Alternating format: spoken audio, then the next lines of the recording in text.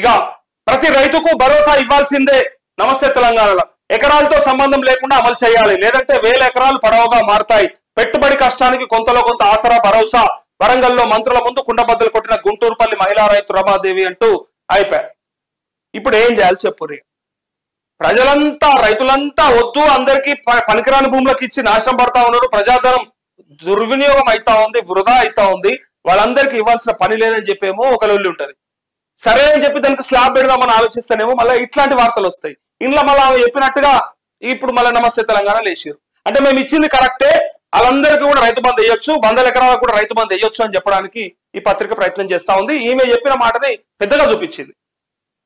మరి 31,000 మంది రైతుల దగ్గర తీసుకున్నటువంటి అభిప్రాయాలు ఏవైతే ఉన్నాయో, సూచనలు సలహాలు, వాటి ప్రకారం స్లాబ్ పెట్టాలని వాళ్ళు భావిస్తా ఉంటే, యోచిస్తా ఉంటే, కాదు కాదు అందరికీ ఇవ్వాల్సిందే, ఇస్తేనే వ్యవసాయం చేస్తారంటారు. అందరికీ ఇవ్వాలంటే 100 ఎకరాలకు వద్దన్నారు కదా తల్లి. వాళ్ళకి ఇస్తే నాశనం అవుతున్నాయనే కదా, వాళ్ళకి అవసరం లేదు, చిన్నకారు సన్నకారు రైతులకే ఇద్దామని కదా అన్నది.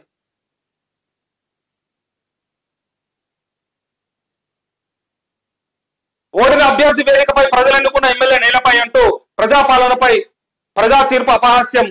కొత్తపేటలో ప్రోటోకాల్ తిలోదకాలు, అధికారుల తీరుపై ఎమ్మెల్యే సబితా ఆగ్రహం. అచ్చా, ఇది డౌన్లోడ్ చేసి పెట్టారు కదా ఆల్రెడీ.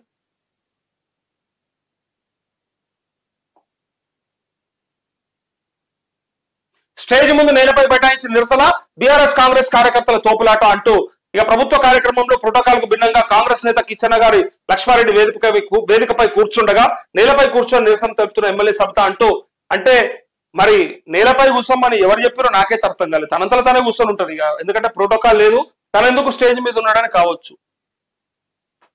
ప్రోటోకాల్ సమస్య ఇది అంతటా జరుగుతుంది.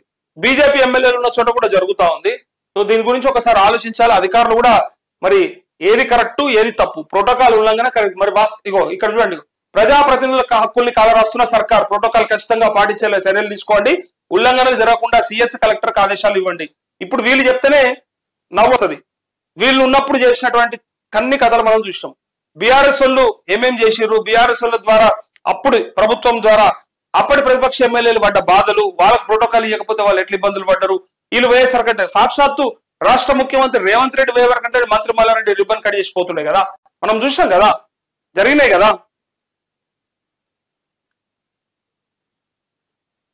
ఇగో నిర్బంధంలో నిరుద్యోగి గ్రూప్స్ పోస్టుల కోసం నిలదీస్తున్న ఓ యువతిని అరెస్ట్ చేసి తీసుకెళ్తున్న పోలీసులు. సెక్రటేరియట్ ముట్టడిలో అరెస్ట్ అయిన బీసీ జననేత రాజారాం యాదవ్ విద్యార్థి నేతలు అంటూ ఇగో గ్రూప్లా అంటే గ్రూప్స్ 2, గ్రూప్ 3లా పోస్టులు పెంచమని అడుగుతా ఉన్నారు విద్యార్థులు. మరి పెంచితే ఏమైతుంది, అవకాశం ఉంటే గ్రూప్ 1లో కూడా 1:100 చేయొచ్చు కదా. పక్క రాష్ట్రం లేని ఇబ్బంది మనకేమి ఇబ్బంది. విద్యార్థుల నుంచి సలహాలు వచ్చినా సూచనలు వచ్చినా స్వీకరించి అధికారులు ప్రభుత్వానికి చెప్పి ప్రభుత్వ పెద్దల ద్వారా క్లియర్ చేయాలి.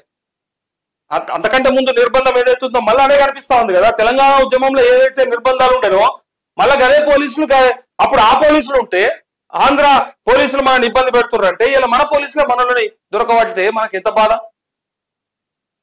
స్వరాష్ట్ర పరిపాలన కూడా ఈ సమస్యలు ఎందుకు అంటా ఉన్నా నేను. ఇక ఉదయం సచివాలయం, సాయంత్రం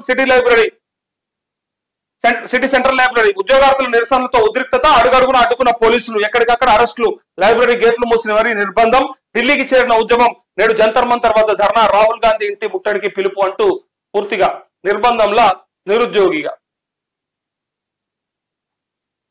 ఇది మొత్తానికి ఇలాంటి